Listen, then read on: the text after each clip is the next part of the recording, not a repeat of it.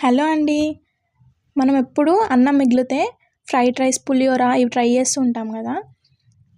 కరివేపాకు రైస్ ఎప్పుడైనా ట్రై చేశారా అండి? చాలా టేస్టీగా ఉంటుంది అండ్ హెల్త్ బెనిఫిట్స్ కూడా చాలా ఉన్నాయి. ఎలా చేసుకుందాం చూద్దాం రండి. ఫస్ట్ ఒక ప్యాన్ తీసుకొని అందులో ఆయిల్ వేసుకొని శనగపప్పు, మినప్పప్పు, మిరియాలు, జీలకర్ర, ధనియాలు వేసుకొని ఫ్రై చేసుకోవాలండి. తర్వాత కొంచెం చింతపండు, కారంకి తగ్గట్టు ఎండుమిరపకాయలు వేసుకొని ఫ్రై చేసుకున్నాక కరివేపాకు వేసుకొని 1 మినిట్ ఫ్రై చేసుకోవాలి. ఎక్కువ ఫ్రై చేసుకుంటే కరివేపాకులో ఉన్న బెనిఫిట్స్ పోతాయండి. అవి ఒక మిక్సీ జార్లోకి తీసుకొని పౌడర్ చేసుకొని పెట్టుకోవాలి.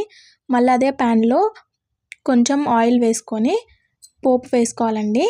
దాంట్లోనే పల్లీలు ఇంకా కాజు వేసుకున్నాను. అవి కొంచెం ఫ్రై అయ్యాక మనం చేసుకున్న కరివేపాకు పొడి వేసేసుకొని కొంచెం ఫ్రై అయ్యాక అందులో అన్నం వేసేసుకొని కొంచెం సాల్ట్ వేసుకొని మిక్స్ చేసుకోవాలండి. అంతే అండి, చాలా సింపుల్గా రెడీ అయిపోతుంది.